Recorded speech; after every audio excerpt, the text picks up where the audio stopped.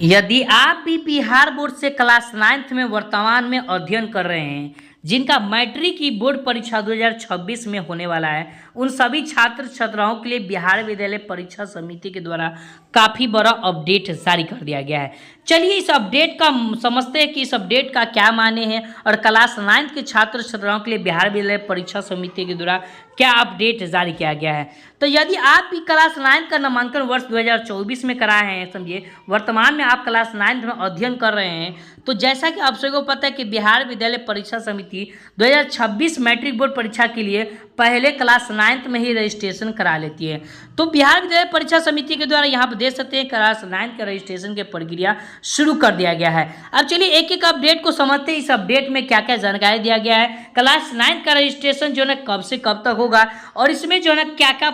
Form में भरना होगा, ठीक है, और किन किन बातों को आपको ध्यान रखना पड़ेगा, उसके साथ साथ कितना रुपया लगेगा, कितना फीस लगेगा ये भी बताऊंगा, और कितना एज आपका होगा तभी जाकर आपका जो ना यानी कि कितना डेट ऑफ बर्थ आपका होगा तब जाकर आपका रजिस्ट्रेशन फॉर्म सक्सेसफुल होगा, नहीं तो आपका रजिस्ट्रेशन फुल यहाँ पर रिजेक्ट कर दिया जाएगा। तो चलिए पूरे विस्तार से इस अपडेट का यहाँ पर समझते हैं कि इसमें क्या क्या बताया जा रहा है, पूरा अपडेट को हम समझाते हैं, ठीक है। तो यहाँ आप देख सकते हैं बिहार विद्यालय परीक्षा समिति के द्वारा यह नोटिस जारी किया गया है और इसमें बताया जा रहा है कि वार्षिक माध्यमिक परीक्षा 2026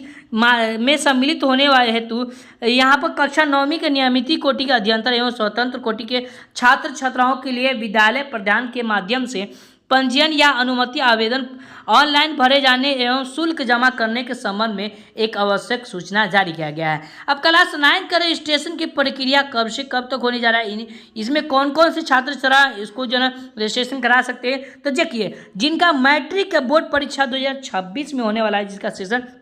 25 से 26 है, ठीक है, जिनका मैट्रिक बोर्ड परीक्षा 2026 में होगा, ठीक है, वैसे विद्यार्थियों के लिए रजिस्ट्रेशन की प्रक्रिया शुरू की गई है। अब ये रजिस्ट्रेशन कब से कब तक चलेगा, तो देखिए 30/6/2024 से, जी हाँ 30/6/2024 से ये रजिस्ट्रेशन की प्रक्रिया शुरू की गई है और बिल्कुल 14/7/2024 तक जो ना ये रजिस्ट्रेशन चलेगा, ठीक है। यहाँ पर देख लीजिए एक मतलब फिर से यहाँ पर डेट दे दिया गया, ठीक है, कि 30/6/2024 से ये रजिस्ट्रेशन यानी कि आज से ये रजिस्ट्रेशन की प्रक्रिया शुरू कर दी गई है और 14/7/2026 तक ये रजिस्ट्रेशन कराना होगा, ठीक है। यदि कोई छात्र छात्रा ये रजिस्ट्रेशन नहीं कराते हैं तो इसके मैट्रिक बोर्ड परीक्षा 2026 में क्या प्रभाव पड़ेगा, तो मैं आपको जानकारी के लिए बता दें, अगर आप रजिस्ट्रेशन नहीं कराते हैं तो सबसे पहले आपका डमी रजिस्ट्रेशन कार्ड नहीं जारी होगा। जब डमी रजिस्ट्रेशन कार्ड नहीं जारी किया जाएगा तो आपका मैट्रिक का एडमिट कार्ड भी जारी नहीं होगा। जब एडमिट कार्ड नहीं जारी होगा तो आप मैट्रिक बोर्ड परीक्षा 2026 में आप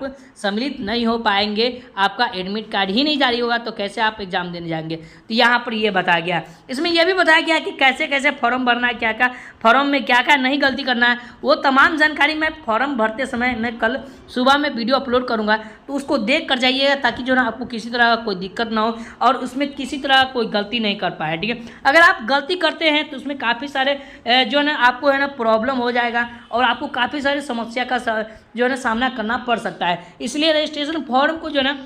भरना अवश्य सीख लीजिएगा, ठीक है। चलिए इस फॉर्म में जो है ना क्या क्या भरना है समझिए, कौन कौन से छात्र छात्रा हैं जो इस फॉर्म को भर सकते हैं समझिए, और यहाँ पर जो है ना कितने विद्यार्थियों का जो डेट ऑफ बर्थ है, कितना डेट ऑफ बर्थ है, तो यदि आप है ना मैट्रिक बोर्ड परीक्षा दे सकते हैं, अगर आपका डेट ऑफ बर्थ पूरा नहीं है तो आपका फॉर्म रिजेक्ट कर दिया जाएगा, यहाँ पर क्लियर कह दिया है। तो चलिए हम पॉइंट वाइज समझाते हैं। विद्यार्थियों की पात्रता के संबंध में विशेष अनुदेश, ठीक है, यहाँ पर बताया जा रहा है कि 1 मार्च 2026 को विद्यार्थी की न्यूनतम आयु 14 वर्ष होनी चाहिए। मतलब आपका डेट ऑफ बर्थ 1 मार्च 2026 तक, 1 मार्च 2026 तक आपका डेट ऑफ बर्थ अगर 14 साल पूरा जाता है तो आप जाकर मैट्रिक बोर्ड परीक्षा दे सकते हैं। अगर इससे पहले का डेट ऑफ बर्थ है तभी जाकर आप मैट्रिक बोर्ड परीक्षा दे सकते हैं। अगर 2 मार्च भी हुआ तो आप मैट्रिक का बोर्ड परीक्षा आप नहीं दे सकते, यहाँ पर क्लियर वाइज बता दिया गया है। नीचे बताया गया आप दे सकते हैं, ठीक है, कम से कम क्योंकि है ना 14 वर्ष पूरा जाना चाहिए, ठीक है,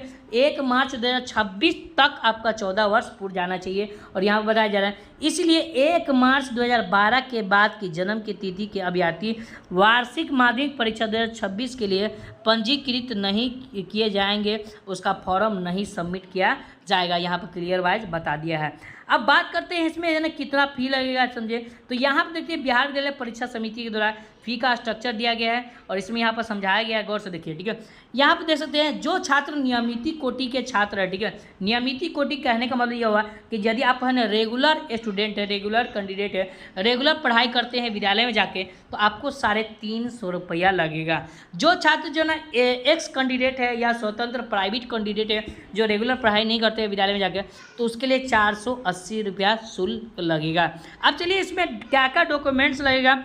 इसका जो ना फॉर्म जो ना यहाँ पर कैसे डाउनलोड करना है और इसमें को कैसे भरना है, समझिए चलिए उन तमाम जानकारी को हम आगे है ना बताते हैं। मैंने आपको पूरा का पूरा बता दिया हूँ कि आपका क्या क्या डॉक्यूमेंट्स लगेगा।